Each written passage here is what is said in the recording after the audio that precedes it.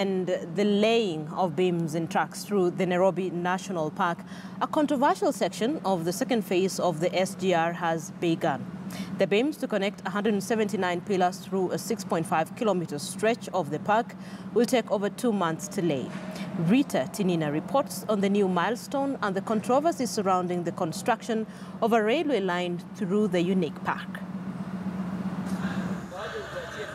It is a sight that wildlife conservationists may not want to see.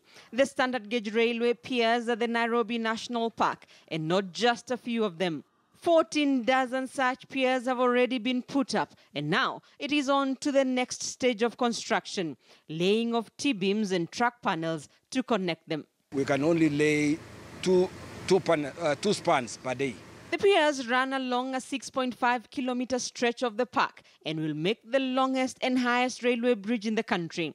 The government has been using the height of the bridge to defend its decision to have the SGR pass through the park. So all animals, even the giraffe, the tallest giraffe, can pass through. The SGR project has taken shape after a protracted battle between the government and wildlife conservationists, who even moved to the National Environment Tribunal and wrote a petition to the president seeking to stop the construction of the SGR through the park. Their argument that having the SGR pass through the Nairobi National Park will affect wildlife and threaten the existence of the park, which has been struggling to survive modern-day challenges. They lost the battle, with the government settling on the Nairobi National Park out of 7 possible routes. Other route options were found not feasible, either due to possible adverse environmental impact or due to long-term operational considerations. The Nairobi National Park spans over 28,000 acres of land. To conservationists, setting aside land from the park for development sets a bad precedent. But on this one, the government says a minute fraction of the land will be lost, way below the amount lost to the construction of the Southern Bypass. It's only 0.51 acres against other options that would have taken away hundreds of acres. The park, famed as the only one in the world in close proximity to a capital city, boasts of a diverse wildlife population. Of the big 5, only the elephant is missing here.